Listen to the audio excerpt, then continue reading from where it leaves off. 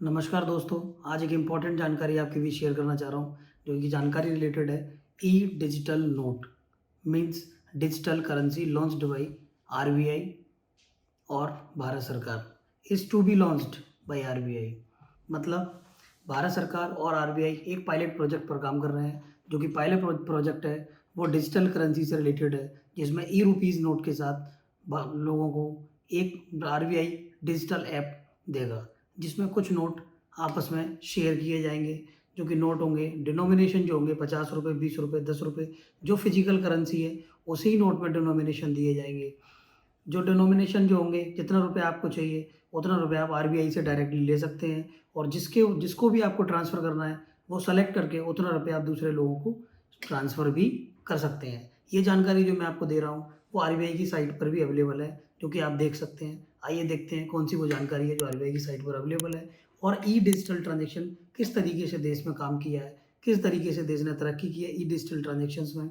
और एक बात मैं और आपको बताऊँगा, जो ई डिजिटल करेंसी है वो यूपीआई और अदर देन डिजिटल करेंसी में क्या फ़र्क है, इन दोनों के बीच बारे में बताऊँगा। यूपीआई, आप सोचेंगे यूपीआई भी तो डिजिटल करेंसी है।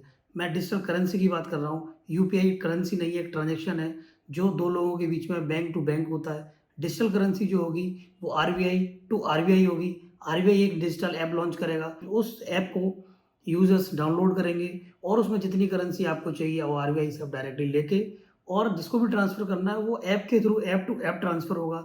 उसमें बैंक का कोई भी इन्वॉल्वमेंट नहीं है। इट मीन्स बैंक एक तरीके से पूरा बाईपास हो जाएगी। और यूपीआई जो है वो एक ट्रांज़ैक्शन है जिसमें हमारा बैंक में कुछ पैसा होना चाहिए, और जिसको भी पेमेंट करते हैं वो थ्रू बैंक होता है। It means bank to bank transaction होता है। मीडिएटर का काम यूपीआई करती है। तो यूपीआई एक ट्रांज़ैक्शन है, और डिजिटल करेंसी जो है, आरबीआई जो है करेंसी को ई फॉर्म में यूज़र्स को देगा। ₹50, ₹10, ₹20, ₹100, ₹1000, जो भी करेंसी वो देगा, उसको वो आप ट्रांसफ़र करेंगे। तो आइए देखते हैं ई करेंसी जो है, ई डिजिटलाइज़ेशन कब से स्टार्ट हुआ, वो आरबीआई में सबसे पहले वो बताऊँगा। उसके बाद मैं बताऊँगा कि जो नोट की मैं आपको बता रहा हूँ कि एक तरीके से देश से फिजिकल करेंसी बिल्कुल ख़त्म होने वाली है आने वाले समय में, वो किस तरीके से ख़त्म होगी वो भी बताऊँगा, और इसका प्रोसेस कब से स्टार्ट हुआ वो भी बताऊँगा। सरकार किस तरीके से उस पर काम कर रही है, और आगे इसको किस तरीके से पायलट प्रोजेक्ट के तौर पर लॉन्च करेगी, और फिर इसको एक लोगों की ज़रूरत बना देगी। ज़रूरत बनाने के बाद फिर आप उसको आम तौर की ज़िंदगी में उसको इस्तेमाल कर सकते हैं, और जिससे कि आपकी चोरी और घूसखोरी ये सारी चीज़ों का हद तक कम हो जाएँगी। आइए देखते हैं। सबसे पहले हम चेक करेंगे कि ये देखिए ई ई करेंसी ई ट्रांज़ैक्शंस जो थे वो ईसीएस, आरटीजीएस, नेफ्ट, ये डेटा जो आरबीआई की साइट पर अवेलेबल है, वहाँ आप देख सकते हैं 2004 में आरटीजीएस, 2005 में नेफ्ट, आईएमपीएस की लॉन्चिंग, सीटीएस, एनएसईएच और यूपीआई 2016। अब जो आ रहा है अगला जो फेज़ है वो है ई डिजिटल रुपीज़। तो ई डिजिटल रुपीज़ जो मैं बात कर रहा हूँ वो आरबीआई की खुद ही डिक्लेरेशन है, जिसमें कि वो उस पर काम कर रही है। वो मैं दिखाता हूँ, ये आरबीआई की साइट है, इसमें वर्ड है referred to as digital rupees. The e-rupees will provide an additional option to the currently available form. Currently available form मतलब physical currency. It is substantially no different from banknotes, but being a digital, it is likely to be easier, faster, and cheaper.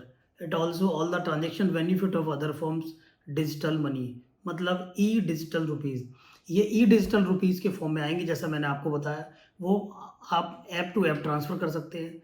इसके आने से फ़ायदा क्या होगा भारत सरकार को और आम लोगों को। भारत सरकार को फ़ायदा ये होगा, जो उसकी प्रिंटिंग कॉस्ट आती है वो काफ़ी हद तक कम हो जाएगी, जो कि आप एक देश का काफ़ी ज़्यादा पैसा जो प्रिंटिंग प्रेस में लगता है, वो बिल्कुल प्रिंटिंग कॉस्ट बहुत कम हो जाएगी। मैं अभी ये कहने में असमर्थ हूँ कि ये करेंसी कितने लेवल तक सक्सेस हो सकती है।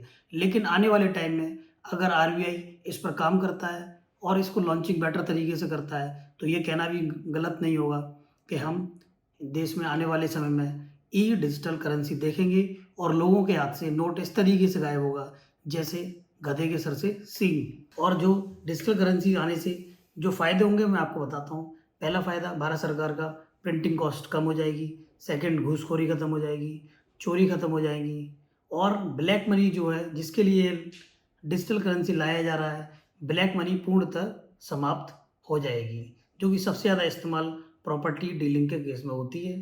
वो मैं देखता हूँ कि आने वाले समय में ये सारी चीज़ों का फ़ायदा आम पब्लिक को मिलेगा। और सरकार का जो वायदा है कि हम ब्लैक मनी को पूरी तरह ख़त्म करेंगे, तो कहीं हद तक वो वहाँ पर भी उनको सहूलियत मिलेगी। तो मैंने आपको यूपीआई और डिजिटल करेंसी में फ़र्क बताया। यूपीआई ट्रांज़ैक्शन है, डिजिटल करेंसी आपके पास पैसा इन डिजिटल फॉर्म। इसमें बैंक के थ्रू आप कोई भी आपका लेन-देन नहीं होगा, वो ऐप टू ऐप पैसा ट्रांसफ़र होगा। और जो यूपीआई ट्रांज़ैक्शन है, उसमें बैंक टू बैंक होता है ट्रांज़ैक्शन, इसमें बैंक बिल्कुल बाईपास हो जाएगा। आरबीआई से डायरेक्टली नोट लेने पड़ेंगे डिजिटल फॉर्म में, और उनको जिनको ट्रांसफ़र करना है वो आप ट्रांसफ़र कर सकते हैं। तो आश्चर्यचकित मत होइएगा, आपको आने वाले समय में नोट लोगों के हाथ से बिल्कुल गायब होते हुए दिख जाएँगे। धन्यवाद।